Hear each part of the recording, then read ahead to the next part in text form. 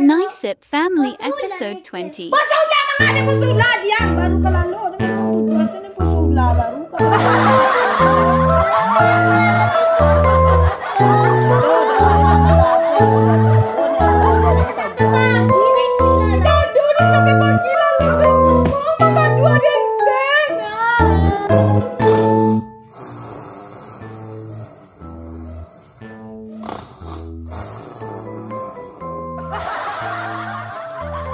A few minutes later.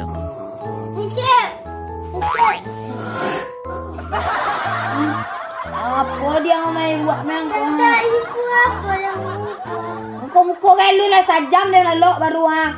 Muka-muka dia. oh puasa ulan ni. Siapa mengincin puasa ulan? Baru dia kalau baru pandai lo ceramah dia puasa Sampai ulan. pagi ni lala. Dah dari pagi bila santai kan lalok dia sudah semalu. Aku baru lalok. Kalau orang alok tu puasa ulan nama tu. Ilala, Axel baang sesuatu den lah ya. Alu cukup dah setengah jam lalong kecilnya ni pusulan ni. Lama babuka dia yang lekwa sampai jam lain. Dah dulu ang narasa yang dia babuka. Waang nalalok sak tadi siang tadi ya. Mula-mulamu bajam-jam lalu. Iwang pusulan. Ada lalu setengah jam lalu le baru kalamak karu ada nang dua lo den Axel. Sampai ke pasar orang beli sambal. Bekola latihan yang bayo bali media 5.000 bekola kanang.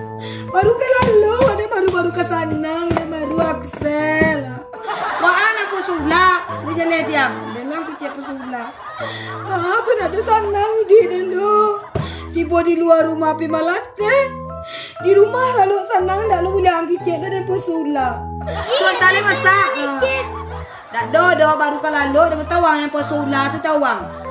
Lalu dari yang 10 pagi sampai jam 5 sanjo lalu. Saya itu yo pesulanya tu.